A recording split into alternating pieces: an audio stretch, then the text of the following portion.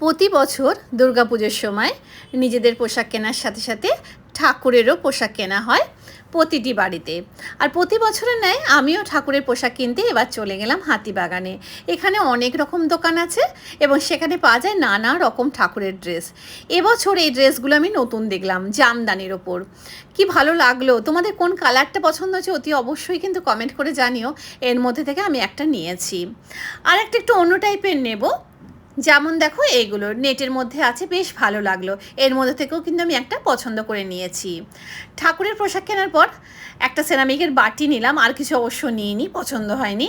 তারপর সোজা চলে গেলাম ফুচকা খেতে। এখানে দিলাম সকলে ফুচকা খাচ্ছিল, খুব ইচ্ছা করলো, তাই দাঁড়িয়ে খেতে শুরু করলাম।